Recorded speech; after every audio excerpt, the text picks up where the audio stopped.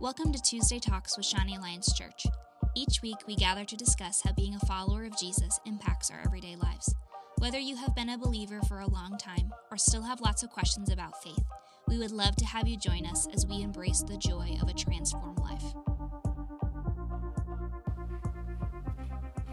Hello, welcome back to the podcast. My name is Bridgett and I will be your host. And on today's episode, we have our returning friend, Beth Boehr.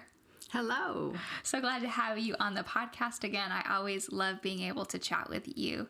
It's always just such a fun thing. I wonder if people heard our conversations outside the podcast. They might kick us off the podcast. We seem to have a lot of fun. It's all good. It is all good.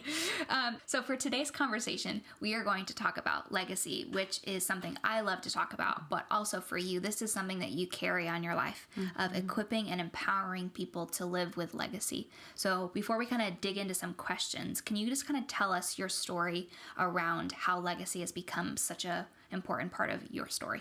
Absolutely. I believe God equips us with our own story, and mine happened when I was 21 years old. My mom died of cancer, and I had no idea. I mean, I was a young mom, had a 1-month-old. So that was the beginning, and then 27 years later, my husband at 48 dropped over dead of a heart attack in front of me. So I didn't know God was preparing me at 21 for 27 years later.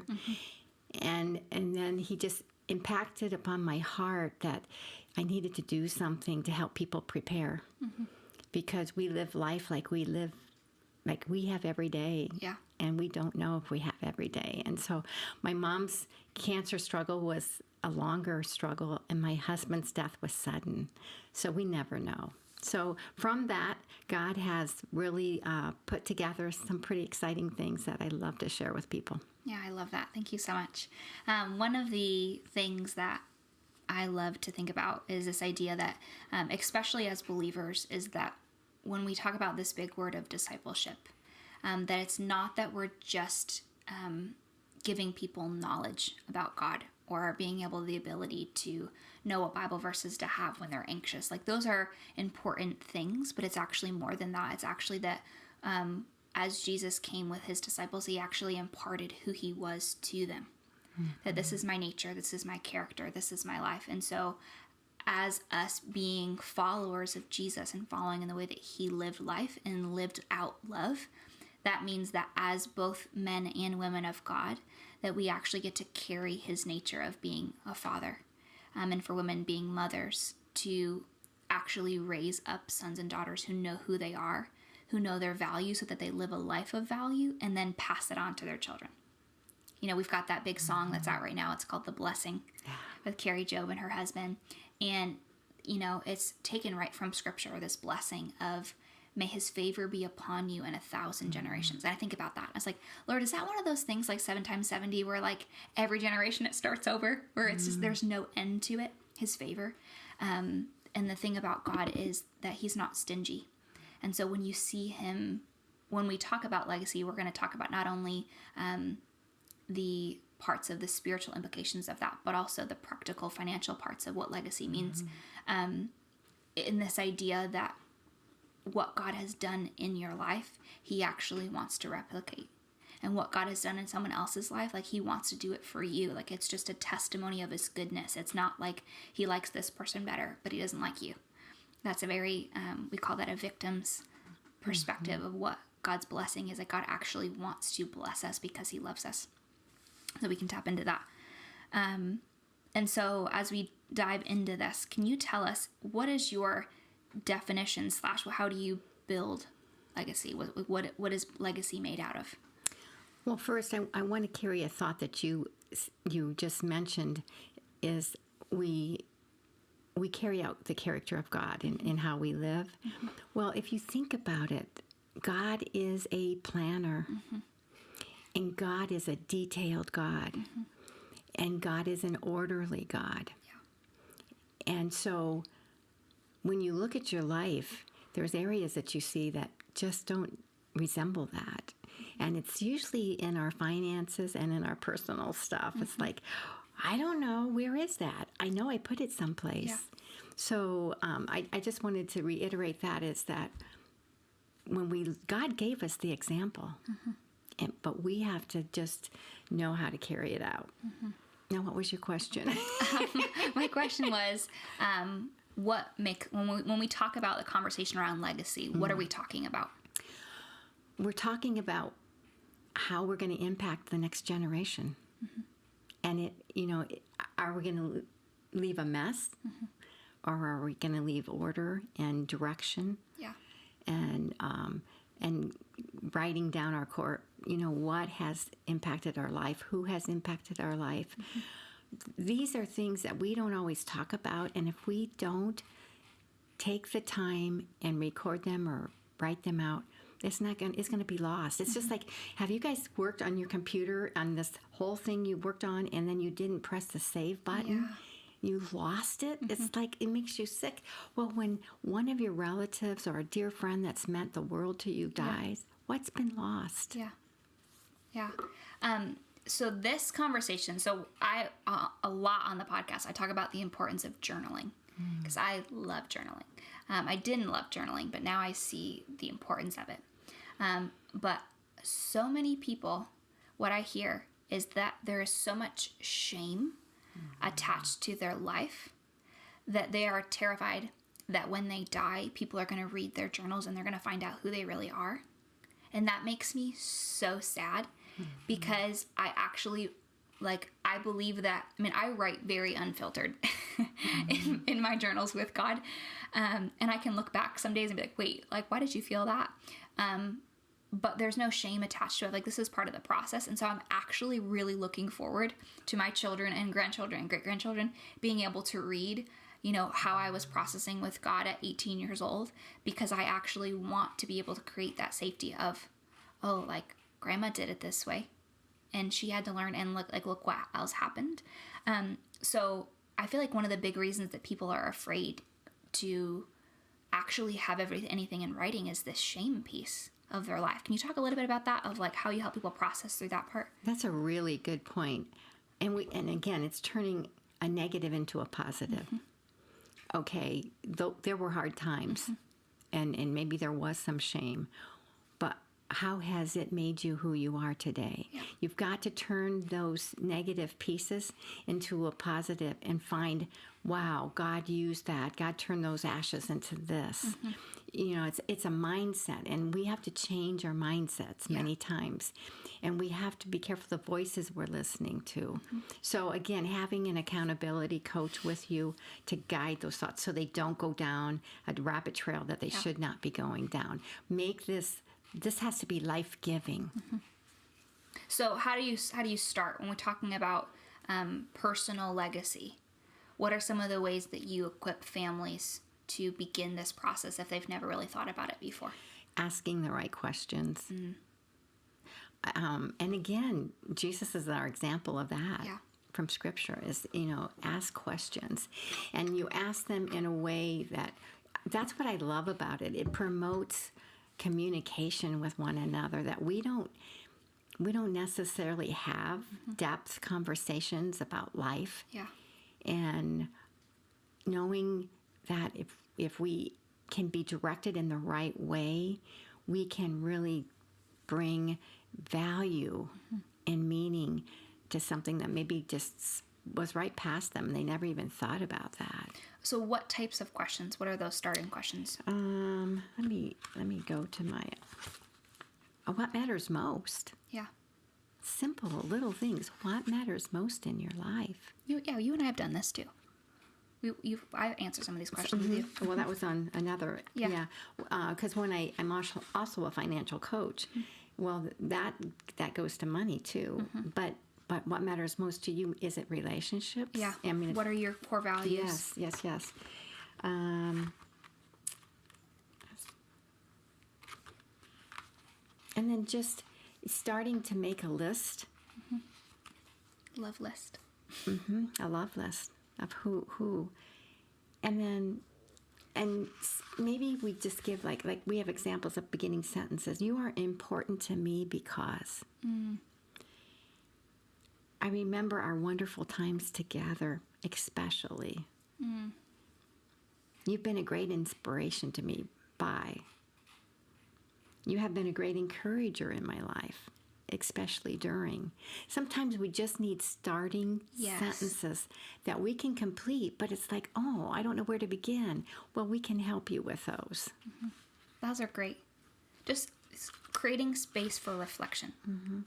Yeah, and I love that because the world is so busy and so crazy and so chaotic. It doesn't want us to take time to reflect and think. And if you just, I love quiet time. I love my quiet times because it gives us time to just really settle the dust. And then that gives us time to raise what is important, who is important. And it could be a nudge that day that the Lord just said, call so-and-so. Yeah. You know, I loved how you talked about journals because I'm a big journaler.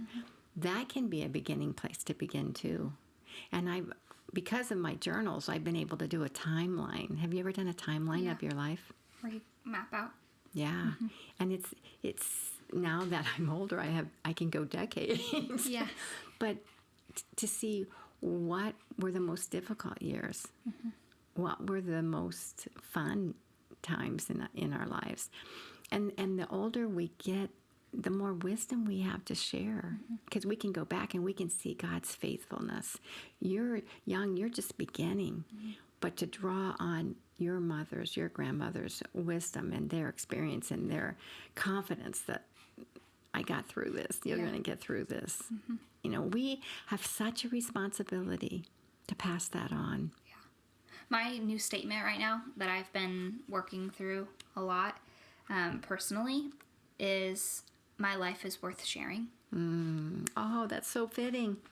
And so it's this idea of actually showing up in friendships, in my work, in my social media, like actually saying like who I am is worth sharing because God created me well. And like that's the beauty of who God is that he actually shares himself with us. And so for me not to share who I am actually like violates God's nature, because love is worth sharing. And so, you know, whether that's my opinion on something that maybe I feel like, oh, no, like nobody needs my opinion in this meeting, or whatever it is, of actually showing up and being, oh, this is who I am, or whether that's showing up in a friendship and saying, hey, I actually want to make this hard choice to love you right now, even though it's going to cost me time or whatever it is. And receiving that from other people too, that like I need that from other people. And just that simple question of the mindset, because I think that, you know, when we're having this conversation, which I do want you to kind of walk us through some more kind of day-to-day stuff, what can people be thinking about? But it starts from this, that the story that's God's writing in your life is bigger than you. And are we going to be obedient to say that, like, I actually am going to be an active participant in this story that God's writing so that other people can benefit from it? And I think, you know, that idea that we can learn. I actually really love learning from people's mistakes. I'm not one of those people. I know there's different personalities. I am not one of those people that has to go make my own. I'm like, okay, if you're saying this is a dead end, I honor that. And thank you, because now I can go further faster. Exactly. And when in my life, when I can find out where my own dead ends are and I can be able to pass that along and have conversations and be like, hey, just so you know, like I tried it this way and it ended up really hurting me. So I recommend taking this side route and you'll get there a lot faster, and there'll be a lot of extra grace if you do it that way, of being able to pass that on. Excellent. Yeah. Another thing that came to my mind, and I'm going to ask you this, and you may not be able to answer it, but if you had to summarize your life in 6 words, what would it be? Wow.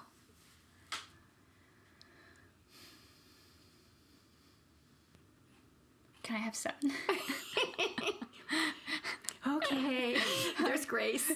The first thing that came to mind was, he saw me and I got free. Wow. You need 7. I need 7. It's the Lord's number. behind the guide. 7's a good number too. Yeah, I just think that, I think that's part, I think that kind of plays into the whole part of the heart posture of, we start from this position of God actually cares about us. Because if you don't believe that God cares about you, then having any more conversations about legacy are meaningless. Because there's no point to it. If your life doesn't have meaning, then why would you pass it on? Well, and you're bringing a key factor in, is this gets us to terms with who God is in our life. Yeah. And the stronger and the more confident we are in who God is for us, it's going to make our story more impactful. Yeah. You know, it's not about those words on the paper. It's what our life has lived. And I want to live till the day I die. And then that's intentional. But it's just kind of fun to ask some of the questions. Let me see what another one is. Or what have been some of your best experiences? Oh, yeah. It's a good one. Yeah. And this is for those with some age on us. What do you wish you could go back and tell yourself from 10 years ago? What's the best victories you've won? What have been some of the best services you have done? The most times we find satisfaction is when we're Caring serving for or others, giving others. I love that. And what makes me feel good about being who I am? You're one of a kind. So those are beginning places. Those are good. But I also want to emphasize, too, that's more the love legacy letter, you know, the writing the letters of what's important. But what really can get families divided is not preparing with purpose with the financial areas of life.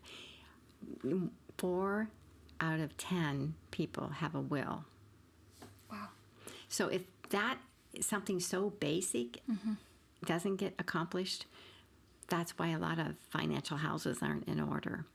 And I'm not even talking all your finances. It's like, where's the title to your car? You know, where's important papers that you should be able to put your hands on? Yeah. So what we have done is written a book, and it's Preparing with Purpose, and it's getting your house in order all in one place, on paper or digitally, up to date, so that you have something to go to. Or if you're taken out of the picture, just like my husband was, I have this book. It's almost like my earthly Bible, that I can find everything. And the stress that it takes off the family, off myself, the peace of mind it gives. So, you know, when I talk about legacy, there's several aspects to it. Can you share with us what those are? Well, again, there's all kinds of categories. You know, have you ever thought, if you have a pet and something happens to you, who's going to take care of your pet? Do you have, or if you have a special needs child, who's going to take care of them? What's their special needs? What's their favorite toy? What's their favorite meal? What's the specific things? We live so day to day assuming life's going to continue. And this doesn't mean that we're going to die. We could be paralyzed. We could be in a coma. Yeah.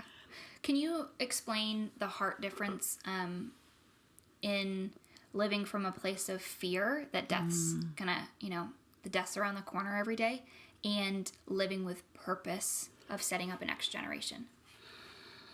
That's a good, big question. I think when you're living with so much fear, you're not able to be free in your mind to even plan and prepare. Okay. So that's another area that, and I'm a believer in finding a quality Christian counselor. You've got to deal with some issues then, because that fear has to be removed so that you're taking a faith walk. And when that fear turns into faith, then you can say, oh, this is good. This is how what I need to do so that I am saving my family from all this distress. But that's a recognition. People live in a lot of fear that they don't even own. So recognize it, own it, and do something about it. Yeah. I think one of the things that's been helpful for your help with me too is actually writing financial goals and things down so that it's not breeding anxiety, because it's not just floating around in my head. I actually can see it on paper of like, oh wait, this is actually a lot better than I thought, or ooh, this needs some help. I got to work on this area.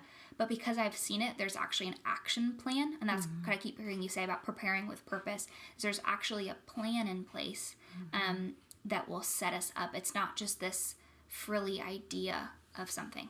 Well, and your point is so well taken, because when it's floating in our mind, it's bigger, it's muddier, it's messier, and we put it on paper, and it's like, oh, really? Oh, well, that means I only need so much a month for how many months, you know? We break it down, and it's bite-sized pieces. It's manageable. The enemy is so good at making us feel like our life is just too complicated and too messy, and it's never going to get better. Watch what you say. Confess what you want, not what you don't want, and then do something about it and find somebody. But it is so, I'm all about writing that stuff down. Where do you want this to take you? And again, back to the practical side. Where do we put stuff? Find a home for stuff. We don't find a home for things. And then making sure things are up to date. I like to tell people I do a lot of beneficiary auditing, because a lot of people have lost spouses, children, whatever, and maybe that has never been updated, and stuff could go into the estate that shouldn't go into the estate. Yeah, you can bypass the courts by preparing with purpose and doing it in a timely manner. Yeah. That's so great. Just beginning those conversations is number one. When we live with legacy, we live with legacy in our personal lives, meaning that we steward the story that God has for us well. In some practical ways of starting and asking some of those questions to loved ones and family members, or just opening conversations to say, hey, I appreciate you. You might say, oh, well, I don't have a family that talks about that kind of stuff. Well, we're going to start now. It doesn't matter if that's never been a conversation you had before. So legacy is in the personal, but it's also in the practical, what you said.